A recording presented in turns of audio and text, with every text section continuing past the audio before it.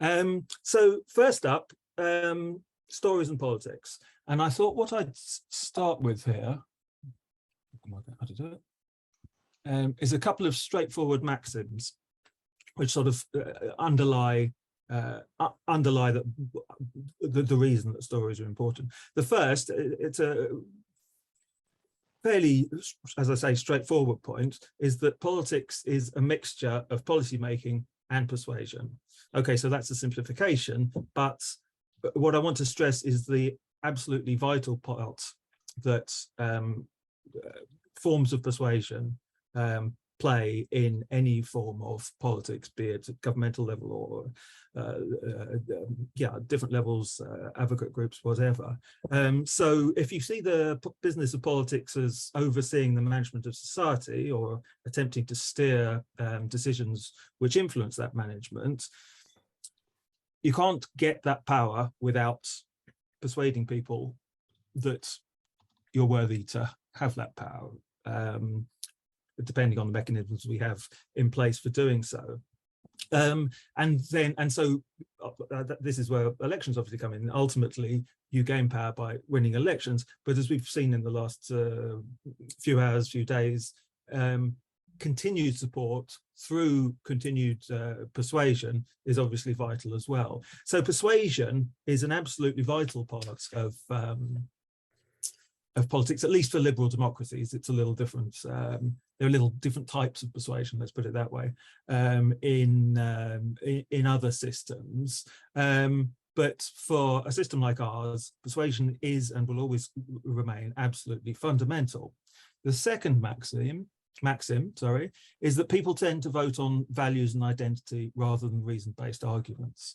Again, this is sort of, it's a truism. It's sort of repeatedly noted and yet repeatedly ignored as well, often in the way that people communicate their political messages. But if you go right back to Aristotle, for example, there were he identified three key factors to the art of rhetoric. There was the reasoned and coherent argument. Okay, so you need that to put a point across, to make a point. You need the authority of the speaker, be it their expertise, their, some sense that you're going to believe what they say. Again, relevant possibly for the last few days. But finally, you need this ability to influence the public moods. And this can be done by engaging people on an emotional level. And one of the great ways of engaging people emotionally is storytelling. So the first point I suppose I'd like to make is that narrative in politics is a form of rhetoric. It's a form of persuasion. It has a particular purpose, and that purpose is to persuade people to support you, to support your ideas, and hopefully on the back of that, then to take actions which will provide that, turn that support into forms of power. Okay, so next up is question 2. How do politicians use stories? I think here it's worth drawing a distinction between, the word narrative is sort of a buzzword, a cliche in many ways, in talking about politics these days, and has been for the last 20, 30 years, I think, or definitely since the turn of the millennium. But it's used in two fairly distinct ways.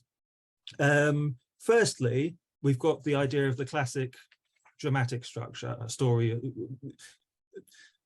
the sort of common sense notion of what a story is. So you have a chain of events which involve conflict and change, and more often than not, a protagonist and an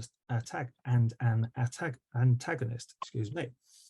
So, for example, a tragedy occurs which the government uses as an excuse to take away people's rights, but off the back of this, a saviour emerges who will take on the government and protect the rights of the people. This is a sort of populist narrative we see very often, but based on that simple sort of fundamental structure of dramatic narrative, of having a problem which necessitates a struggle of some sort to address that problem, and the struggle leads to a resolution, preferably a positive resolution. and we see this a lot in politics, as I'll come back to in a second. But the word narrative is also used in another sense recently in politics, and this sense is more to do with it's more akin to ideology generally. So it's used to reference a commitment to a particular set of values or beliefs. So, you know, be it the importance of a free market or commitment to the values espoused by a particular religion or something.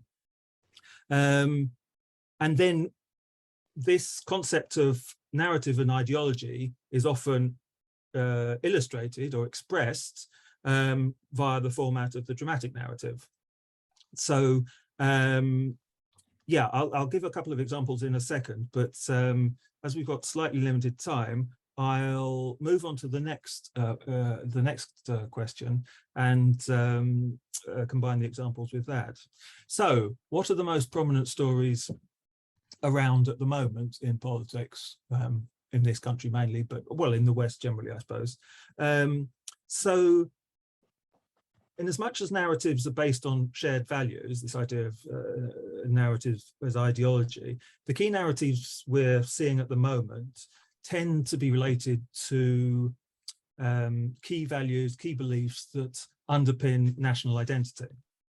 So one fundamental concept which acts as a fulcrum for political narratives in the UK, and even more so in the US, or in a more marked way possibly, is liberty, freedom, notions of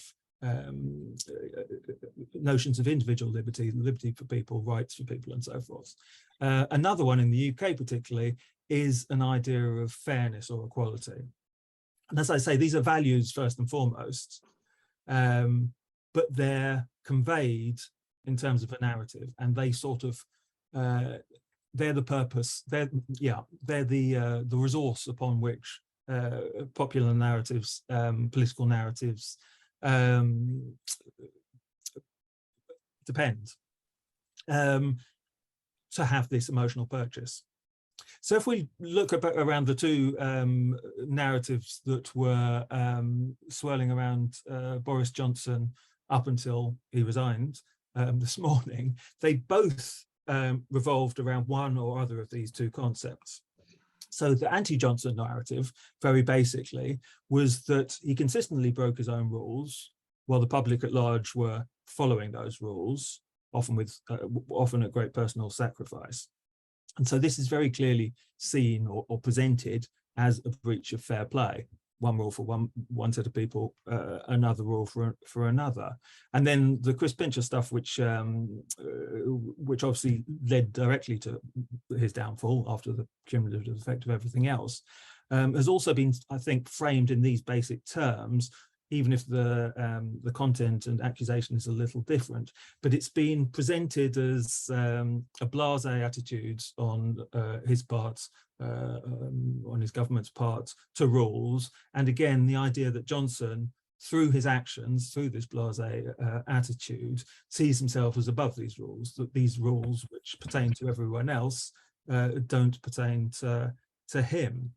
Now, ironically, a very similar narrative was, and to an extent still is, in terms of his resignation speech, used in his favour as well.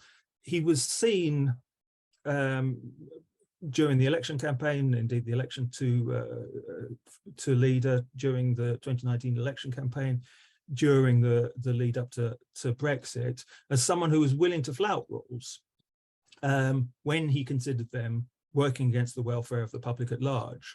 And so in this version, the rules were imposed by Parliament, by the EU, by plots, I don't know if they're rules quite, but Remainers and elite plots, conspiracies and so forth. And so flouting rules in that respect was seen as a symbolic gesture of independence, taking back control and so forth, and protecting the liberties, the rights of the common people, or the people. So the crucial difference, despite the fact that in many ways the narrative is similar, is the role rules play in these two stories. In the first, they're communally accepted rules. In the second, they were imposed from outside by faceless bureaucrats in Brussels and so forth. So in the first one, violating the rules was violating principles of fair play, but in the second, violating the rules is a sort of taking a sort of symbolic stand for the rights of the people, and as I say, for their sense of liberty. So if we look very briefly, I'm just going to put these up. These were front covers of the newspapers this morning, and they divide very starkly along the lines of these two rough narratives. So the ones on the right, critical of the Prime Minister, framed his actions as delusional after all the party, after the support of his party and parts of the cabinet had evaporated, whereas the pro-Johnson papers framed his actions as a form of defiance on the part of someone with a strong mandate from the people. And again, as I say, this is something he reiterated in his resignation speech. So one's tragic, one's heroic. Okay, very finally, how does one shift the narrative when it's problematic? So as we can see with the Johnson drama, the basic structure of political stories can be pretty much identical, even if it's used for very conflicting purposes. In terms of shifting a dominant narrative, then, I think the best way is inevitably with a compelling alternative narrative. And ideally, an alternative which in some sense neutralizes the original story. You can always criticize and undermine narratives, got a very strong history and current state of satire and so forth in this country, but ultimately you need to put forward an alternative. And I think the key point to make here is that alternatives should play to people's core values, to these core underlying notions which figure as shared beliefs, shared values of the society, of the community, of the nation, if you like, if that's the relevant category for this. So things like freedom, equality, fair play. But of course, you do so in a way which aligns with your own aims and uses those resources, those emotive ideas in a way which, which aligns with your own purpose and your own message that you want to put forward. Now, as I say, this has had to be fairly brief, and there are a lot of other factors that are involved in political narrative. It's not simply about content and structure. And another thing I didn't mention almost at all was language and the actual frame, the sort of linguistic framing and so forth. It's also very much about the telling and the retelling of stories, and this is especially important in our ever more mediatized culture. But I suppose the final point I'd like to make is that what you often find is that whatever the innovations are in terms of how the message is communicated, how it's targeted, how it's packaged, how it draws on, social media and so forth, at the base level is still this need for a clear, coherent, emotionally engaging narrative, which draws on the values of the community and is usually structured in an archetypal and quite traditional way. Okay, thanks very much.